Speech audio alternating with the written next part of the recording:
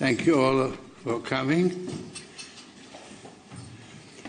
Since the last Davos meeting, the course of history has changed dramatically.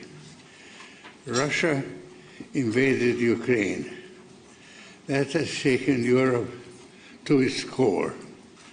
The European Union had been established to prevent such a thing from happening. Even when the fighting stops, as it eventually must, the situation will never revert to what it was before.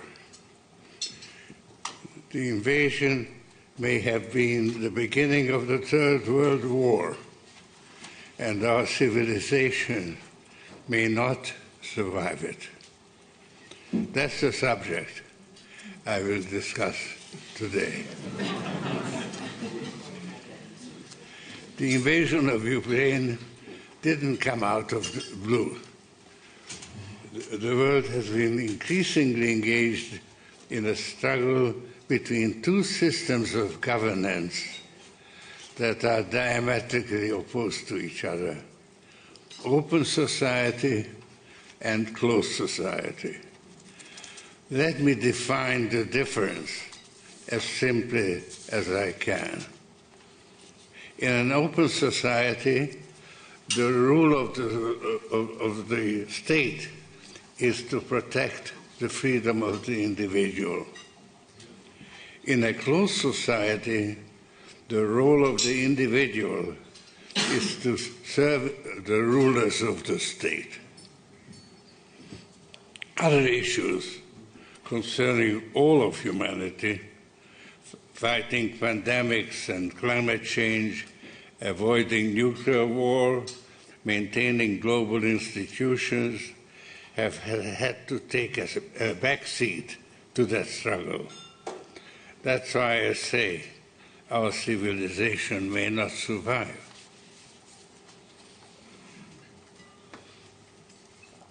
I became engaged in what I call political philanthropy in the 1980s. That was a time when a large part of the world was under communist rule, and I wanted to help people who were outraged and fought against opposition. As the Soviet Union disintegrated, I established one foundation after another in rapid succession, and what was then the Soviet Empire. The effort turned out to be more successful than I expected.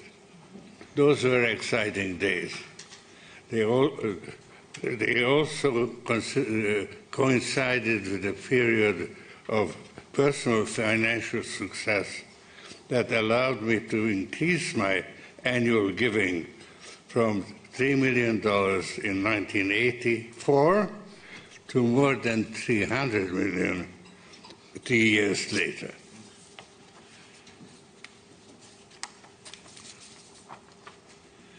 After the 9/11 attacks in 2001, the tide began to turn against open societies. Repressive regimes are now in the ascendant, and open societies are under siege. Today, China and Russia present the greatest threat to open society.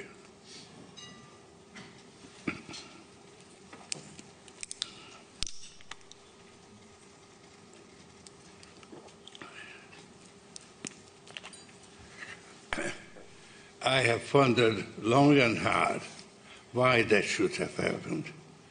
I found part of the answer in the rapid development of digital technology, especially artificial intelligence.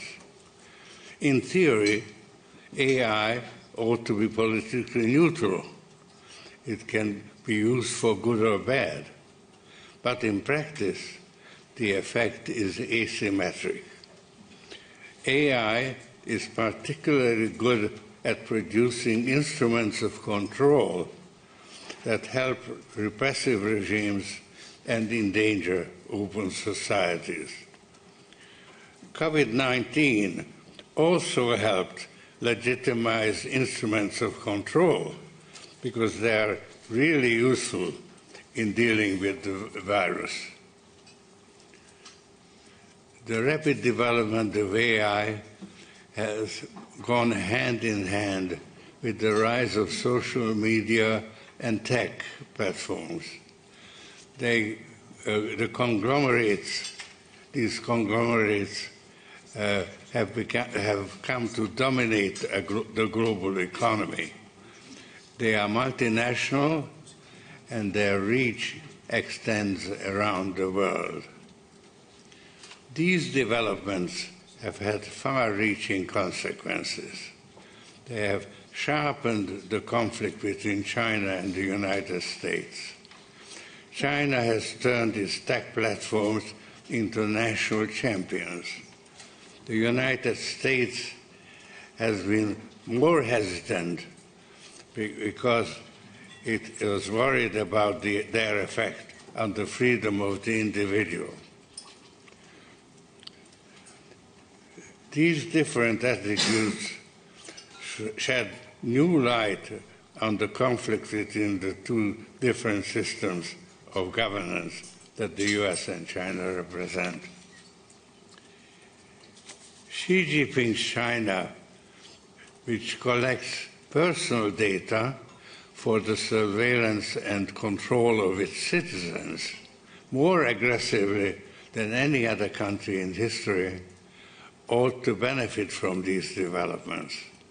But as I shall explain later tonight, that's not the case.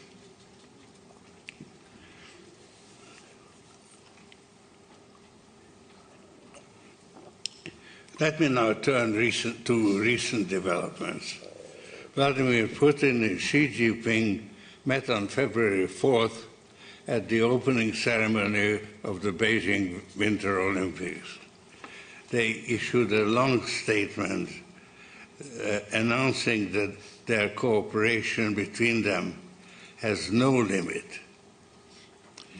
Putin informed Xi of a special military operation in Ukraine, but it's unclear whether he told Xi that he had a full-scale attack on Ukraine in mind. US and UK military experts certainly told their Chinese counterparts what was in score. Nevertheless, Xi approved and asked Putin to wait until the conclusion of the Winter Olympics. For his part, Xi resolved to hold the Olympics in spite of the Omicron variant that had just begun to spread in China. The organizers went to great lengths to create an airtight bubble for the competitors, and the Olympics concluded without a hitch. But Omicron established itself in the community, first in Shanghai, China's largest city and commercial hub. Now it's spreading to the rest of the country. Yet, Xi persists with his zero-COVID policy. That has inflicted great hardships on Shanghai's population for forcing them into makeshift quarantine centers instead of allowing them to quarantine themselves at home.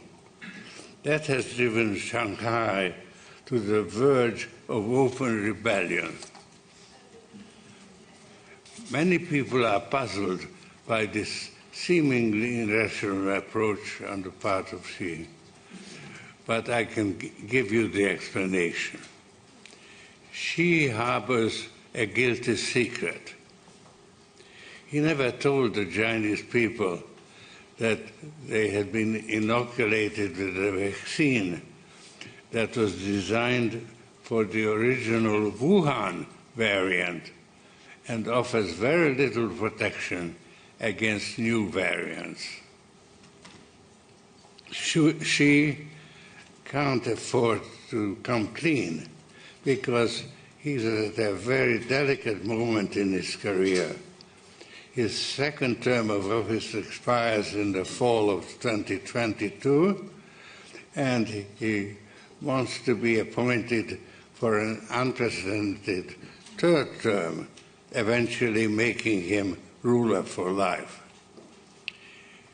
He has carefully choreographed a process that would allow him to fulfill his life's ambition, and everything must be subordinated to this goal.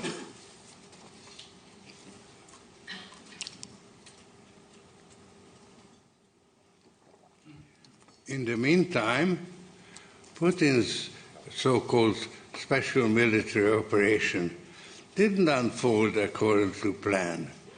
He expected his army would be welcomed by the Russian-speaking population of Ukraine as liberators. His soldiers carried with them their dress uniforms for a victory parade, but that's not what happened. Ukraine put up unexpectedly strong resistance and inflicted severe damage on the invading Russian army. The army was badly equipped and badly led, and the soldiers became demoralized. The United States and the European Union rallied to Ukraine's support and supplied it with armaments. With their help, Ukraine was able to defeat the much larger Russian army in the battle for Kiev. Putin couldn't afford to accept defeat and changed his plans accordingly. He put General Vladimir Shamarov, well known for his cruelty in the siege of Grozny, in charge and ordered him to produce some success by May 9th, when victory parade has to be celebrated. But Putin has very little to celebrate. Shamarov concentrated his efforts on the port city of Mariupol, where it used to have 400,000 inhabitants. He reduced it to rubble, as he had done to Grozny. But the Ukrainian defenders held out for 82 days, and the siege cost the lives of thousands of civilians. Moreover, the hasty withdrawal from Kiev revealed the heinous atrocities that Putin's army had committed on the civilian population in a suburb of Kiev, Bucha.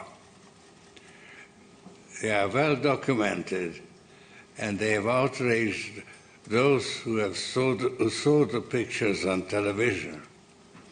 That didn't include the people of Russia, who had been kept in the dark about Putin's special military operation.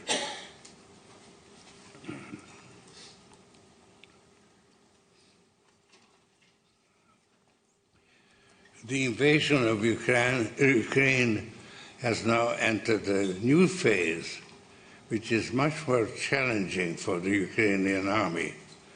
They must fight on open terrain, where the numerical superiority of the Russian army is more difficult to overcome. The Ukrainians are doing their best, counterattacking and penetrating Russian territory. That has had the additional benefit of bringing home to the Russian population what was really going on. The US has also done its best to reduce the financial gap between Russia and Ukraine by getting Congress to allocate an unprecedented $40 billion in military and financial aid to Ukraine. I can't predict the outcome, but Ukraine certainly has a winning chance. Recently, European leaders went even further. They wanted to use the invasion of Ukraine to promote greater European integration, so that what Putin is doing can never happen again. Enrico Letta, the leader of Partito Democratico, proposed a plan for a partially federated Europe. The federal portion would cover all key policy areas. In the federal core, no member state would have veto power. In the wider confederation, member states could join coalitions of the willing or simply retain their veto power. Mario Draghi endorsed Letta's plan. Emmanuel Macron, in a significant broadening of his pro-European approach, advocated geographic expansion and the need for the EU to prepare for it. Not only Ukraine, but also Moldova and the Western Balkans should qualify for membership in the European Union. It will take a long time to work out the details, but Europe seems to be moving in the right direction. It has responded to the invasion of Ukraine with greater speed, unity, and vigor than ever before in history.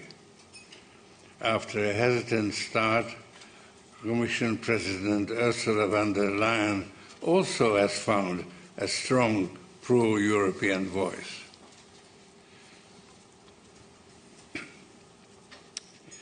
But Europe's dependence on Russian fossil fuels remains excessive, due largely to the mercantilist policy pursued by former Chancellor Angela Merkel. She had made special deals with Russia for the supply of gas and made China Germany's largest export market. That made Germany the best performing country in Europe, but now there is a heavy price to pay. Germany's economy needs to be reoriented, and that will take a long time.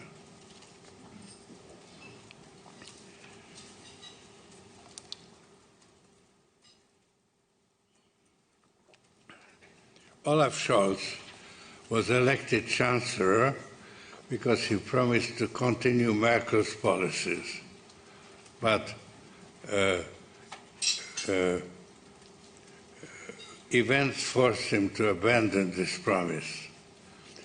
That didn't come easy because he had to break with the hallowed traditions of the Social Democrat. But when it comes to maintaining European unity, Scholz always seems to do the right thing in the end. He abandoned Nord Stream 2, committed 100 billion euros to the defense, and provided arms to Ukraine, breaking a long-standing taboo. That is how Western democracies responded to the invasion of Ukraine.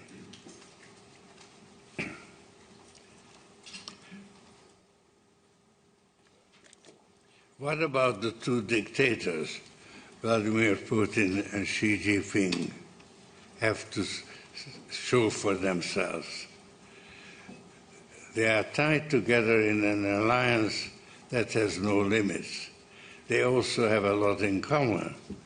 They rule by intimidation, and as a consequence, they make mind-boggling mistakes. Putin expected to be welcome in Ukraine as liberator.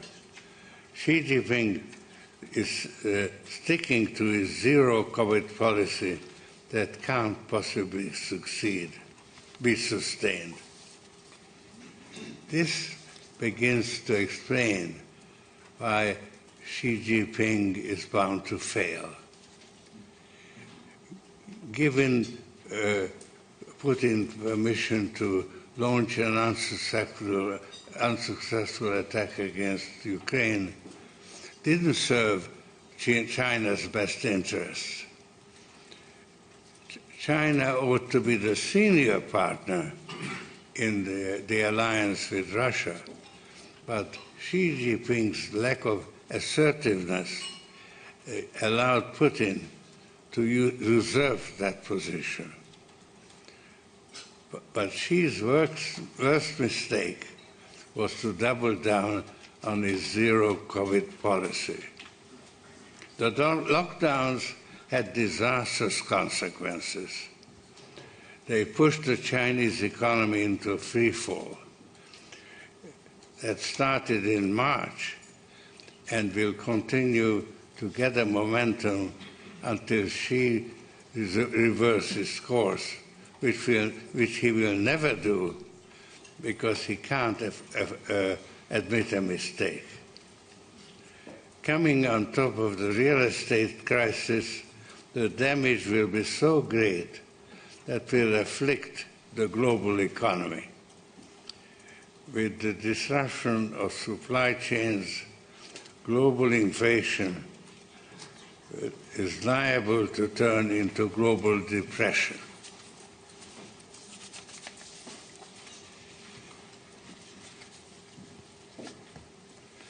Yet, the further Putin gets, the weaker Putin gets, the more unpredictable he becomes. The member states of the EU feel that pressure. They realize that Putin may not wait until they develop an alternative sources of energy, but he may turn off the tap on gas while it really hurts. The Repower Euro program announced last week reflects these fears. Olaf Scholz is particularly anxious because of the special deal that his predecessor Angela Merkel made with Russia. Mario Draghi is more courageous, although Italy's gas dependency is almost as high as Germany's. Europe's cohesion will face a severe test, but if it continues to maintain its unity, it could strengthen both Europe's energy security and leadership on climate change.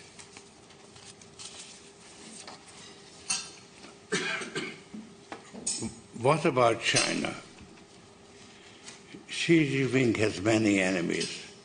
Nobody dares to attack him directly because he has centralized all instruments of surveillance and repression in his own hands.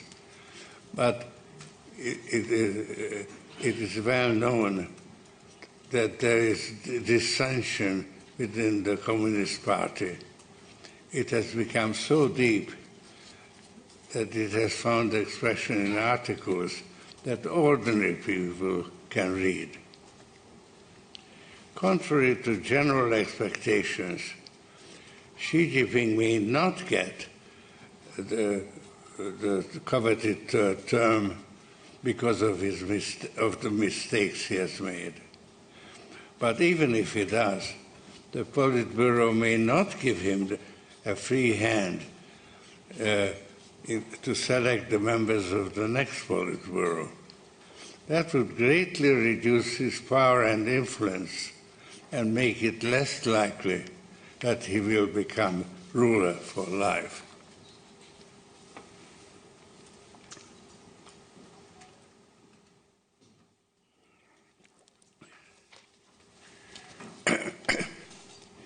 While the war rages, the fight against climate change has to take second place. Yet, the experts tell us that we have already fallen far behind, and climate change is on the verge of becoming irreversible. That could be the end of our civilization. I find that prospect particularly frightening. Most of us accept that the idea that we must eventually die, but we take it for granted that our civilization will survive. Therefore, we must mobilize all our resources to bring the war to an early end. The best and perhaps only way to preserve our civilization is to defeat Putin as soon as possible. That's the bottom line. Thank you.